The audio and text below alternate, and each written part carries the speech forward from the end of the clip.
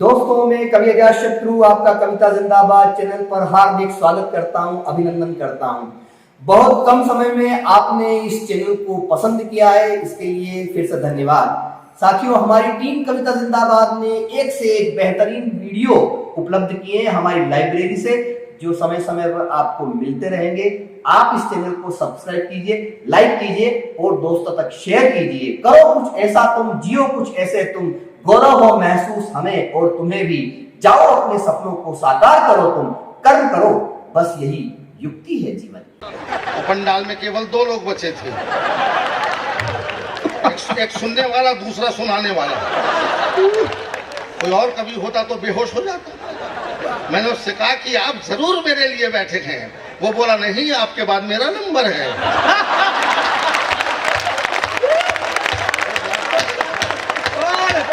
बताइए कैसा फोटो का, पिछवाड़े का फोटो नहीं।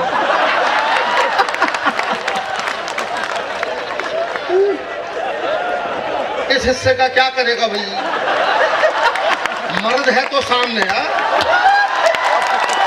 45 साल बोले राजपूत की जुबान है, एक बार दे दी सो दे दी। आज जगदीश जी का अपना काम है, ये क्रम चल रहा है। इस क्रम में हमारे बीच में एक और ऐसा बड़ा नाम जो यहाँ मौजूद है, उन्होंने असली लाफ्टर का काम जो इस देश के हिंदी कवि सम्मेलनों में किया, वो सिर्फ और सिर्फ एकमात्र प्रदीप चौबे थे जिन्होंने किया।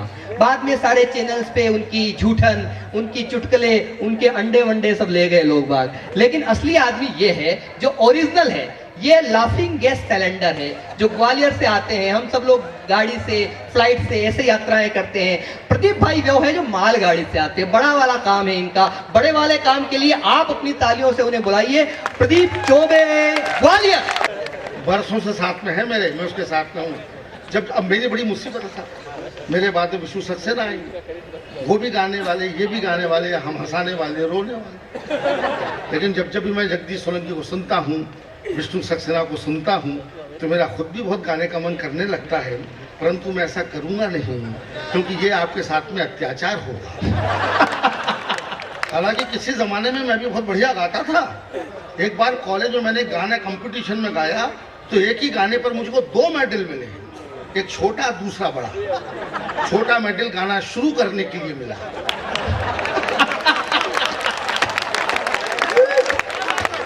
और दूसरा तुरंत बंद करने के लिए। तो ये मेरी ट्रेजेडी है कि मैं हास्य कवि इसलिए बना कि मेरी गंभीरता को लोगों ने ठीक से लिया। तो मैं क्या करता, फिर मैं हंसाने लगा। एक बार मुझे गाने का शौक चर्राया, एक बार मुझे गाने का शौक चर्राया तो मैं एक सेकंड हैंड हारमोनियम खरीद लाया। एक बार मुझे गाने का शौक चर्राया तो मैं एक सेकंड हैंड हारमोनियम खरीद लाया। हफ्ते भर तक गाया, बजाया, बजाया, गाया, पूरे मोहल्ले को सुनाया। 8वें दिन एक पड़ोसी आया, मेरा दरवाजा खटखटाया। मैंने कहा फरमाइए। बोला चौबे जी, आज की रात हमें आपका हारमोनियम चाहिए। 8वें दिन एक पड़ोसी आया, मेरा दरवाजा खटखटाया। मैंने कहा फरमाइए। बोला चौबे जी, आज की रात हमें आपका हारमोनियम चाहिए। मैंने कहा कोई प्रोग्राम है क्या? वो बोला जी हाँ, आज की रात हमारा सपरिवार सोने का प्रोग्राम है। तो ये तो गाने की वजह से ऐसा हो गया। बैठ जाइए, बैठ जाइए, बैठ जाइए।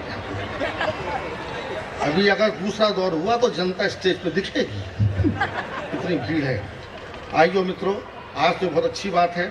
हमारे मंचों पे क्या है, कुछ आदतें बड़ी कवियों की खराब हो गई हैं। एक तो तालियां बहुत बड़ी बात है, या माँ शारदा को प्रणाम। हर कवि आकर के बोलता कि माँ शारदा को प्रणाम करता। भाई पहला कवि बोले माँ शारदा को प्रणाम कर, हर कवि आकर माँ शारदा को प्रणाम करता हूँ, माँ शारदा को प्रणाम करता हूँ।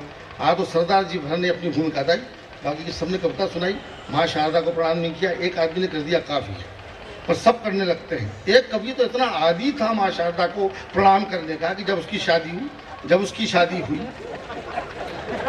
तो अपनी पत्नी से मिलते ही बोला माँ शारदा को प्रणाम करता हूं। पत्नी एकदम भावुक हो गई, ये बोल दिया कि उसकी आदत, माँ शारदा को प्रणाम करता हूं। पत्नी एकदम भावुक हो गई, बोली जीते रहो बेटा। तो विनम्रता इतना प्रभाव डालती है। मैं आपसे कहना चाहता हूँ, न मैं माँ शारदा को प्रणाम करूँगा, न मैं आपको तालियां बजाने के लिए कहूँगा। ये बार बार बजवाता है, ये लोग क्या ताली बजाने वाले लोग? बिल्कुल इस देश को ये जो एक पीछे की आवाजें आ रही है, ये जो चल रहा है, ये कौन सा मौत का कुआं है या जो भी है, व्यवस्थापक जरा पीछे की तरफ जो पुलिस वाले हैं वो जरा वहां पहुंचे, उस आवाज को बंद करवा दो। वो कह रहा है कि इसको बंद करो, ये कह रहा है कि वो बंद करो, दोनों को अपना काम करने दो। आप तो सुनो बैठे, कोई दिक्कत नहीं है। ताली बिल्कुल मत बजाना, सामने ताली बजाने से डिस्टर्ब हो जाता हूँ। मैं तो कॉन्फिडेंस वाला हूँ, आप लोग तो काफी लोग बैठे हुए, बहुत अच्छा। ताली से मैं इसलिए डिस्टर्ब होता हूँ कि मैं कॉन्फिडेंस वाला कवि हूँ, वाला कवि हूँ। एक भी समझदार सामने बैठा हो तो पूरी रात में अकेले निकाल लेता हूँ। आप लोग तो होंगे 20-25 हजार लोग होंगे शायद। अभी बरेली में प्रोग्राम था, पवार जी से पूछे, बरेली उत्तर प्रदेश में प्रोग्राम था, 60,000 आदमी पंडाल में था और 60 कवि मंच पर थे। 8 बजे रात को शुरू होने वाले प्रोग्राम में जब मेरा नंबर माइक पे आया तब सुबह के 4 बज रहे थे और पंडाल में केवल 2 लोग बचे थे, एक सुनने वाला, दूसरा सुनाने वाला। कोई और कवि होता तो बेहोश हो जाता, लेकिन मैं तो कॉन्फिडेंस वाला, मैं नहीं घबराया और मैंने एकमात्र श्रोता के सहारे अपना काम जमाया। मैंने उससे कहा कि आप जरूर मेरे लिए बैठे हैं। वो बोला नहीं, आपके बाद मेरा नंबर है।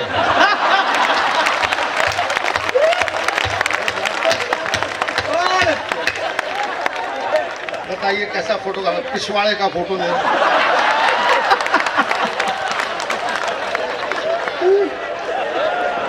इस हिस्से का क्या करेगा भाई, मर्द है तो सामने। मेरा उद्देश्य नहीं था कि वो चला जाए। मैं बताया, मैं वो कवि हूँ, कविताएं लिखना तो क्या जानता हूँ, आसपास जो माहौल होता है उससे इतना फायदा उठाता हूँ। मुझे उम्मीद है कि फोटोग्राफर का पुनर्जन्म होगा। मैं एक ऐसे फोटोग्राफर को जानता हूँ दोस्तों, मैं बहुत सी बातें जानता हूँ। मैं एक ऐसे फोटोग्राफर को जानता हूँ जो हमेशा शादी ब्याह के फोटो खींचता था। एक बार उसकी ड्यूटी शमशान में लगी, मुर्दे का अंतिम फोटो खींचना था, उसका अभ्यास नहीं था। तो उसने जैसे ही मुर्दे के चेहरे पे अपना कैमरा फोकस किया, आदतन उसके मुंह से निकला स्माइल प्लीज। ऑफर इतना जोरदार था कि मुर्दा भी मुस्कुरा दिया। अंजाम ये हुआ कि मुर्दा मुस्कुरा रहा था, बाकी लोग पड़े हुए थे। आइए, जगदीश सोलंकी ने बड़ा गंभीर माहौल बना दिया। शहीदों की तिरंगा बड़ा अच्छा गीत था। मैं हंसाने का काम करता हूँ बातों बातों, लेकिन उदयपुर बहुत आया हूँ, लेकिन अब मैं कम से कम 35-40 साल पुराना कवि हुआ हूँ। पहले मैं लंबी कविताएं सुनाता था क्योंकि अभ्यास था कि नए थे, लेकिन अब मैं लंबी कविता नहीं सुनाता। लंबी कविता सुनाने से एक्सीडेंट हो सकता है। एक कवि ने बहुत लंबी सुना दी तो सामने बैठा है कि VIP चल बसा, लंबी कविता से वो लंबा ही हो गया, तो कवि पे हत्या का मुकदमा चला। जज ने कहा कि तुम्हारी कविता से एक आदमी की हत्या हुई है, तुमको फांसी होने वाली है, कोई अंतिम इच्छा हो तो बताओ। तो कवि बोला कि जज साहब वो कविता मैं आपको सुनाना चाहूंगा। लंबी कविताएं नहीं, अब मैं आपको ये भी बताना चाहता हूँ कि इन दिनों में जरा इशारों से काम लेता हूँ। आप समझदार लोग हैं, मैं जानता हूँ, समझदार को इशारा काफी है। 2.5, 3, 4 पंक्ति की कविता सुनाऊंगा मैं आपको, इशारा होगा, अगर बात आगे बढ़ेगी तो बढ़ाऊंगा, वरना तो कोई बात ही नहीं। आइए, पहला इशारा आपकी सभा में, आप बुद्धिमान इंटेलेक्चुअल लोग बैठे हुए हैं, आइए मेरा साथ दीजिए। छोटी कविता। साली ने जीजा से कहा, ये मस्त है। बात तो सुनना भाई, बात तो हे मत करना पहले, क्योंकि बात भी तो कह रहा हूं।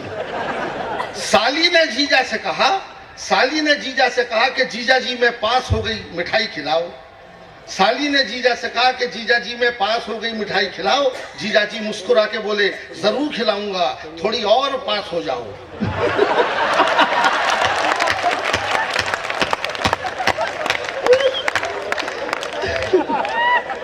देखिए इशारा, और इस बात की आपको गारंटी दी जाती है कि बात हल्की फुल्की हो सकती है, हल्की कभी नहीं। हम वैसी बातें नहीं करते, हल्की फुल्की हो सकती, हास्य कभी यही करता। साली ने जीजा से कहा कि जीजा जी मैं पास हो गई, मिठाई खिलाओ। जीजा जी मुस्कुरा के बोले जरूर खिलाऊंगा, थोड़ी और पास हो जाओ। यह इशारा एक था, और 2-4 इशारे देखिए। एक किताब में एक सुंदर औरत की तारीफ पढ़ रहा था। एक किताब में कहां से हास्य मिलता है वो बता रहा हूं। एक किताब में एक सुंदर औरत की तारीफ पढ़ रहा था, क्या सुंदरता थी। आधे घंटे तक मैं ही हंसता रहा। सुंदरता भी हंसा सकती है अगर वो हिंदुस्तान की हो। मजा लीजिए, किताब में लिखा हुआ था कि उस सुंदर औरत की दाईं आंख इतनी सुंदर थी कि बाईं आंख लगातार दाईं को देखती रहती थी।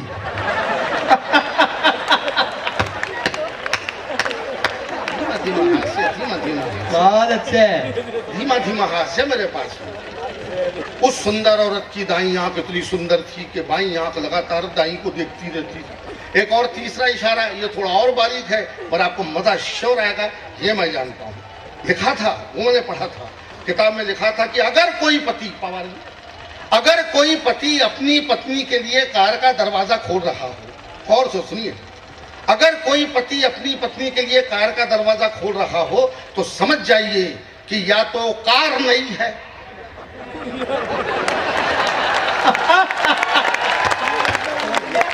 अगर कोई पति अपनी पत्नी के लिए कार का दरवाजा खोल रहा हो तो समझ जाइए कि या तो कार नहीं है या फिर पत्नी नहीं है। बात भी सही है, अपनी पत्नी के लिए कार का दरवाजा कौन खोलता है? और असली बात तो यह है कि अपनी पत्नी के साथ कार में जाता ही कौन है? ऐसे मजे लीजिए, ऐसे मजे लीजिए। आप सभी जानते हैं कि हिंदुस्तानी स्त्रियां अपनी मांग में लाल सिंदूर डालती हैं। मैं तो एक ऐसी पड़ोसन बहन जी को जानता हूं जो हरे सिंदूर का प्रयोग करती है। हरे सिंदूर का। एक दिन मैंने पूछ लिया, बहन जी आप हरा सिंदूर क्यों डालती हैं? तो शर्मा के बोली, चौबे जी मेरे पति रेलवे ड्राइवर है।